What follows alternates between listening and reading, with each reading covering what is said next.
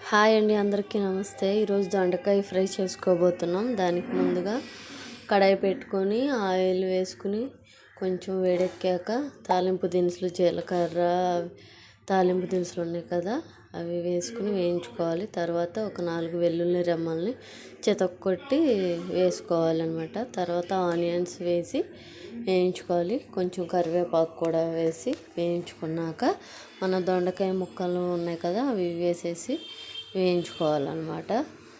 దొండకాయ కూర కొంచెం టైం పడుతుంది మగ్గడానికి. మూత పెట్టేసి మనం వెయిట్ చేద్దామన్నమాట దొండకాయ ముక్కల్ని వేగడానికి.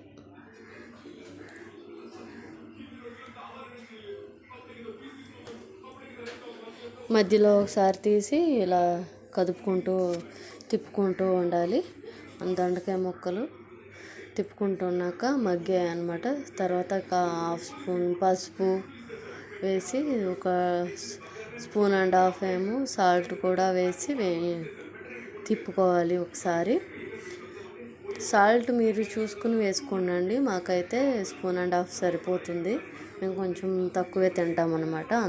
అందుకోసం మీరు తగినంత వేసుకోండి. వేసుకున్నాక ఒకసారి అటు ఇటు నిదానంగా తిప్పుకోవాలి.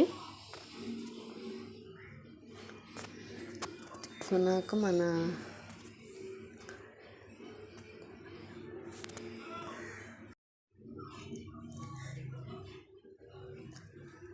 తిప్పుకుంటూ ఉండాలి. కొంచెం మగ్గాయి అన్నమాట, ఇంకొంచెం మగ్గాలి. మన దొండకాయ ముక్కలు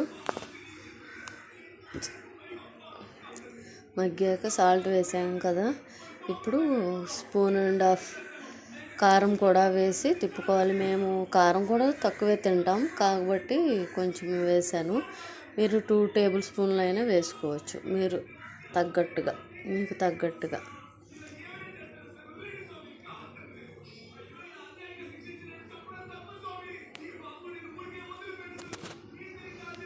కారం వేసుకుని తిప్పాక మూత పెట్టేసుకోవాలి.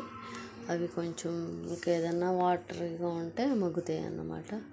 అంతే అండి, చాలా సింపుల్. ఇంకొంచెం ఫ్రై అయితే బాగుంటుంది.